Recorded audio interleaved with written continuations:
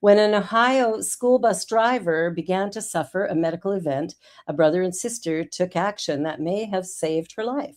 Footage taken from a surveillance camera inside the bus shows 8-year-old Katrina sitting in the seat nearest the driver, who began to have trouble breathing. Katrina asked if she was all right, and a shake of the head replied in the negative. The footage, released by Crestview Local Schools in Ashland, then shows Katrina run to the back of the bus and alert someone she knew she could count on, her 7th-grade brother, Charlie. Charlie rushes to the front, used the radio to call the school and alert them to the emergency, while an 8th-grader named Kelly also called 911. The driver was hospitalized and later discharged, and allegedly instructed all her regular riders how to use the radio to call the school in case of an emergency. And she said she was glad they remembered her instructions. Wow, that was thinking ahead. Charlie said, when I realized that something was going on, I went up there, grabbed the radio, called the school, because I knew that was the quickest way to get help. And Katrina, my brother, in the inside, when something's going wrong, he's scared. But on the outside, he's like calm and concentrated. And the actions of these students were truly outstanding. They remained calm, communicated clearly, and helped one another in a situation that could have been a whole lot worse. Their families should be incredibly proud. I think all of us should be very proud of young people who just seem to know what to do in the time of a crisis. So good job, both of you. That's amazing. All right, so here's some good news. A center for homeless residents was set to close, and then Rick Steves stepped in. Yes. Travel teaches many lessons, and for famous American travel writer Rick Steves, one of those is that love thy neighbor need not depend on proximity. The Bible phrase has been on Steve's mind of late, following his philanthropic rescue of a community hygiene center where those struggling to provide a basic living for themselves could come and shower or wash their clothes. Reading in a local news outlet that the owner of the land on which it was built was planning to sell, the wildly successful author and presenter on PBS of Rick Steves' Europe stepped up to buy. I vividly remember what it was like as a kid backpacking around the world to need a shower. This is a place that gives countless people that are down and out a shower. Even though Linwood Hygiene Center was 2 blocks from his own church, Steves never knew it was there. He read about it on the My Edmond News website and how it went beyond only hygiene to provide heated spaces, meals, and a twice-monthly pop-up medical clinic. Steves, who told the Washington Post that he's reached a point of diminishing returns in consuming for his own pleasure, got in touch with the landowner through My Edmond News and quickly posted an offer of $2.25 million that was quickly accepted. Meanwhile, the stressed-out executive director, Sandra Mears, had been searching for weeks among local Pacific Northwest donors, nonprofits, and philanthropists to try and find some kind of a solution. You know, there's really, really good people in the world, and our world sometimes forgets about things like charity and equity and care for each other, compassion for one another. And this man stepped up and did it right. So, way to go, Rick. Good job. You are an outstanding human being, and hopefully there's a whole lot more of you around. All right, so moving right along, here's a beautiful young woman who received a blessing when she was ready to go to school and is now paying it back. When family medical troubles seemed to have struck down a top student's hope for university, the administrators took action to lift them back up again. Now the holder of a doctorate and a successful entrepreneur, she has given back to the school that did so much for her by covering the cost of the entire senior year for hundreds of students. From the Philadelphia Inquirer, the story centers on Sonia Lewis, founder of Student Loan Doctor and graduate of Bodine International Affairs High School in the northern part of Philadelphia. Raised by her single mom and grandmother, both of whom were teachers, Lewis always excelled academically. Class president, student government, honor roll, you name it, she was on it. But she was forced into a caregiving role when her mother was hospitalized with bacterial meningitis just after her grandmother had recovered from cancer. School suddenly moved to the back bench amid hospital appointments, form filling, and care for the household, which her mother couldn't do. Set to graduate in the class of '05, school principal Karen B. Hill noticed that one of the school's standout students hadn't applied for federal student loans and wanted to know why. I told the principal, "We don't have any money. We missed the deadline," Lewis told the Inquirer, remembering the conversation she'd had with Hill. "There was no money coming in from my mom. We had my grandmother's retirement, but that wasn't enough." Her grandmother, she said, considered taking out a second mortgage on her house, but Lewis wouldn't allow it. She planned to spend a year working and apply for the loans next year. Hill was having none of it, however, and Lewis got wind of her plans when it see this when I hear all these great stories, I want to get all teary because it's just so beautiful. At the end of the year awards ceremony, each and every one was awarded to her. She ended up collecting $16,200 in academic fund and endowment stipends and prizes that are typically shared among the student body, but which the principal had channeled to a single student down on her luck. It allowed her to enroll at Bloomsburg University and pay for her first year of tuition. That set her on the path toward a doctorate in higher education. Once there, she earned scholarships, worked several jobs, and kept grinding. And before long, she was working as an academic coach and founded the Student Loan Doctor, which provides both consultation and planning for students in debt on how to manage or escape it. She's helped medical students in particular get hundreds of thousands in loans forgiven, but throughout all her success, Lewis never forgot. See, here I go again. That night when Bodine set her off with thousands to her name when she and her family had nothing. That's when Bodine High School mascot, a globe, walked out of the big cardboard check for $16,200, enough to pay for the senior trip, senior brunch, yearbooks, etc. of the whole senior student body. Woohoo! Way to go, girl. You're showing everybody how to do it and how to do it well. Well, on that note, we're going to take a short little commercial break and we'll be right back with more good news. Don't go away.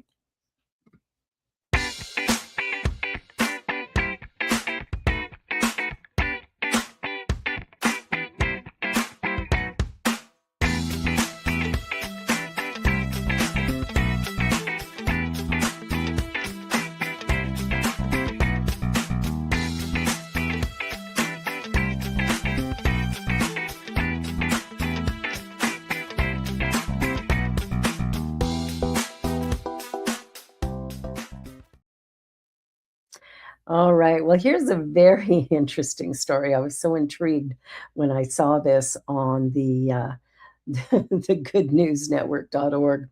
When a family welcomed a man into their home at Christmas, they never thought he'd stay for 45 years. Boy, that's a long stay, isn't it? It was the day before Christmas Eve, and recent homemakers Rob and Diane Parsons were surprised with a knock on the door. Opening it, Rob looked upon a rather strange sight. A man stood there with a wheeled garbage bin containing his possessions and a frozen chicken under his left arm. Rob didn't know it at the time, but he was in the middle of an interaction that wouldn't just change his life forever, but his community too. Rob vaguely recognized the man as Ronnie Lockwood, someone who he'd been told he had to be kind and considerate towards, as he was a bit different. I saw Ronnie. I said, "Ronnie, what's with the chicken?" He said, "Somebody gave it to me for Christmas." And then I said two words that changed all of our lives. And I'm not exactly sure why I said them. I said, "Come in."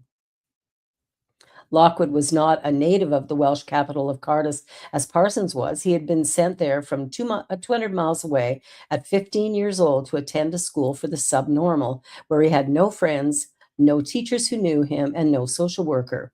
The autistic youth then floundered between homelessness and odd jobs and was already 30 by the time he knocked on Parsons' door. That outburst of Christian empathy, Christmas empathy, did indeed change the family's life forever, as Ronnie Lockwood became, as the British say, part of the furniture, living there a full 45 years as a member of the family before dying from a stroke, aged 75. Only once in 45 years did Rob and Diane ever consider asking him to leave, and as strange as their arrangement appeared to others, it never bothered them. Recounting their late and dearest friend to the BBC, the parents of two, grandparents of five, described him as a kind, amazing, and a remarkable help with kids. He had a great heart, Ronnie. He was kind. He was frustrating. Sometimes I was his mother, sometimes I was his social worker, and sometimes I was his carer. Somebody said to our children one day, "How did you cope with Ronnie when your friends came to the house?" And they said, "Well, we don't really think about it, really. It's just Ronnie."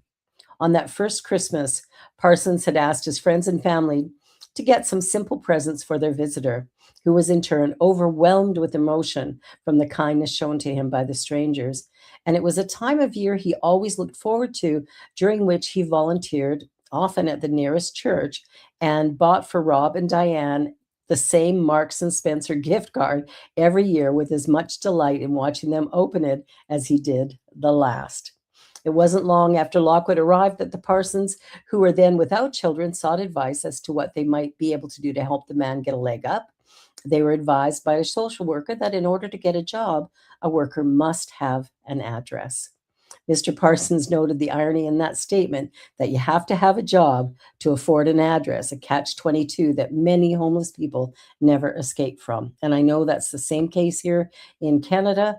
I don't know how it is in the US, but what a dumb thing. I'll tell you. You gotta wonder.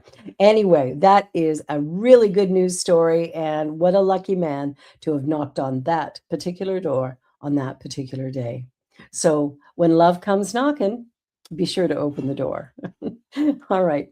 This story was so quirky and so fun, and my light just went out. Sorry about that, folks. Hopefully you can still see me a little bit. Um, So this story is about two best friends who exchanged the same birthday card back and forth for 81 years straight. Can you imagine? I When I saw that, I was just absolutely blown away. Like, how does that happen? But that's what they did. They just kept going back and forth with it. So on her 95th birthday, Pat DeReamer received a greeting card that was already 81 years old. It all started in 1944 when the Kentucky resident first received the card for her 14th birthday after her family moved to Indianapolis during World War II. The new girl didn't have many friends, but one of them, Mary Wheaton, would prove to be the lifelong kind. I didn't know very many people, so Mary kind of picked me out of the gutter and, was nice to me. We became really good friends. The memorable birthday card featured a cartoon dog on the front with a red bow and the greeting, "Here's wishing you a birthday that really is colossal." On the inside, there's a massive dinosaur skeleton with the message, because it'll be a long, long time before you're an old fossil. After enjoying the card, Pat saved it. Then she signed it and sent it back to Mary a month later for her birthday in May. A tradition was born. The playful gesture sparked a back and forth birthday card custom that has lasted for 81 years and counting. It survived World War II, went on to earn a Guinness World Book record for the longest greeting card exchange after 60 years. It also manufactured a multitude of smiles twice a year for more than three-quarters of a century. We never said we're going to do this. At least I don't remember ever saying that. It just happened. Every year, it would give us some reason to call each other and talk. The decades passed, the card kept making its rounds, and the world kept changing. Neil Armstrong walked on the moon. Computers became commonplace. Email was invented, and most people quit sending cards altogether. But not the two girls from Indiana. Even as the decades passed and adult life sent them to separate states, the childhood friends kept the tradition alive. Bravo, you two are brilliant. I'll tell you, it's stories like that that just warm my heart so much, that there is such a sweetness that we have as we build friendships, and the way that we connect with one another. Might seem silly to some, but boy, it's heartwarming to those who receive it. Bravo. Well, I did a story earlier this year, I believe, about this little sheep that was kind of stranded. And guess what? We have a follow up. Yes, we do. Britain's loneliest sheep is now pregnant with twins. 2 years after her cliffside rescue. I guess it was that long ago that I did this story. Wow. Having been called Britain's loneliest sheep and later the world's most famous sheep, Fiona is now pregnant with twins 2 years after her harrowing rescue. The Good News Network reported in 2023 that rural Scotsmen were planning a daring cliffside extraction of a sheep that had been stranded on an isolated beach 2 years earlier by a kayaker. The kayaker, Jill Turner, took photos of the sheep, who had grown a truly enormous fleece. How she got there down the sheer cliffs, no one knows, but eventually the Scotsmen raised money for a rescue attempt for their video blog, The Sheep Game. Thriving now at Delscone Farm, where Fiona arrived enormously overweight from a diet rich in salty grass and no space to exercise, the farm recently paired her with a Suffolk ram and got her with lamb after a difficult settling in period. She has kind of forgotten how to be a sheep, said Ben Best, the farm's manager. A strict diet and the aid of a few hormones got the ewe in shape and in the mood, and with all the attention Fiona has received over the years, Best estimated that news of her pregnancy will make her the most famous sheep in the world yet again. I love that. A happy news story from this beautiful little sheep that somehow got stranded in a place she couldn't get away from. I think I've been there. All right. Well, water is our source of life, and we can't manage without it. So, India's beautiful and historic step wells restored to working order for the thirsty nation. Ancient Indian step wells are being restored to modern water storage facilities to help cure modern water shortages. I don't know why that was a tongue twister. Recently, an Indian environmentalist and editor was invited to share his incredible work restoring hundreds of natural and man made water sources all across India. His nonprofit, Environmentalist Foundation of India, has cleaned and reshaped more than 600 bodies of water, either to a state of nature or to a clean and functioning source for human use. Most recently, this has included step wells, one of the jewels of Indian architectural heritage and civic planning, which have been used for millennia and multiple iterations of empire to supply water in the hot and often dry climate. Stepwell restoration is the next big implementation challenge that I'd like to add to EFI's responsibilities, because we have a greater responsibility now on protecting these historical assets, which are a testament to human intelligence. There's so much science behind it, the kind of material they use, the kind of artisan skill, sets with which they developed and built them. So learning all of it and working on step wells has been quite a remarkable experience. EFI has already restored 2 of these step wells and has another 6 slated for 2026. Unlike the 600 natural ponds and lakes Krishnamurthy and his volunteers have worked on, the step wells demand another sort of expertise. Their designs and materials often rely on antique methods of construction and landscaping. So, skill sets Krishnamurthy has had to go seek out as part of his first project in 2022 to restore them. So, set amongst the oldest mountains in India, the Musi Rani Segar was fed by a hillside collection tank and a 900-meter long canal equipped with a sedimentation tank.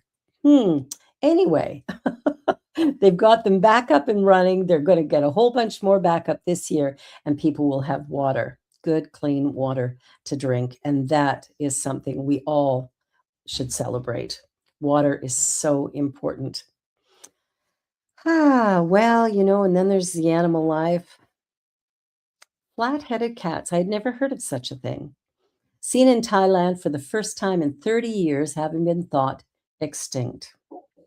It's interesting. These little creatures obviously were hiding. An endangered small wild cat native to Thailand's wetlands has been sighted for the first time in 30 years. The flat-headed cat has long been feared extinct in the tropical kingdom, where it inhabits peatlands, mangrove forests, and marshes that are difficult to access. The last confirmed sighting was in 1995. Now, 30 years later, the flat-headed cat has surfaced following a camera trap survey in southern Thailand's Princess Swinthorn Wildlife Sanctuary. Here, night vision cameras documented 29 sightings of the animal, which included a female with her kitten. The news was released by the county's Department of Natural Parks, Wildlife and Plant Conservation, along with the world's premier wildcat conservation organization, Panthera. The rediscovery is exciting yet concerning at the same time, because what comes after this is more important: how to enable them to live alongside us sustainably without being threatened. And that's it. We as humans need to look at life and do it differently. Let's create sustainability between plant, animal, human. That's what we need to do. Work together, work together. All right, here's another missing animal. For 200 years, the Galapagos rail reappears following a Floriana Island restoration. What a beautiful bird.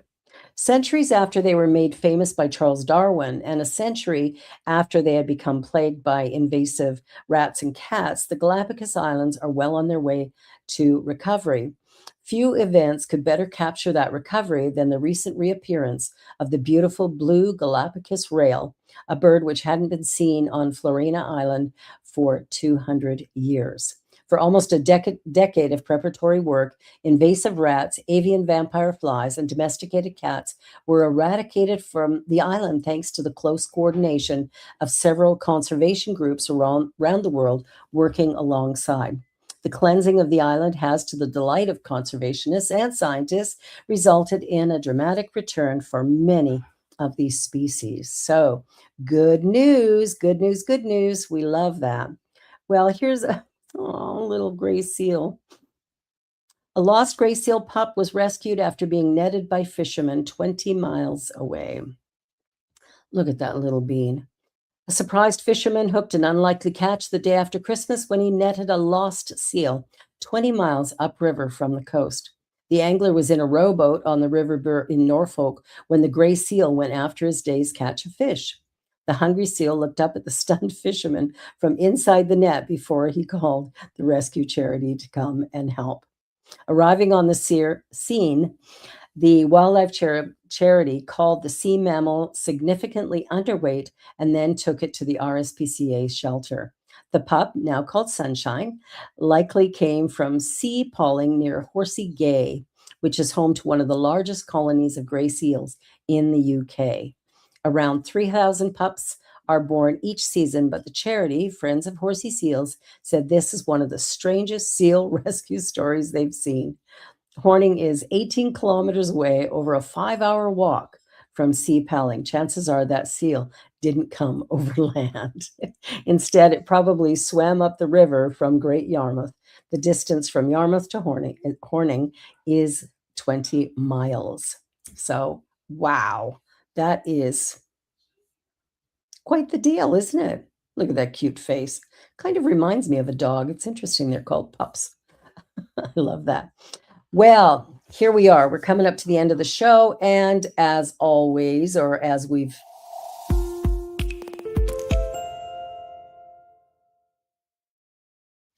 so this is a really interesting story. I'd like this guy to be my boss for a minute.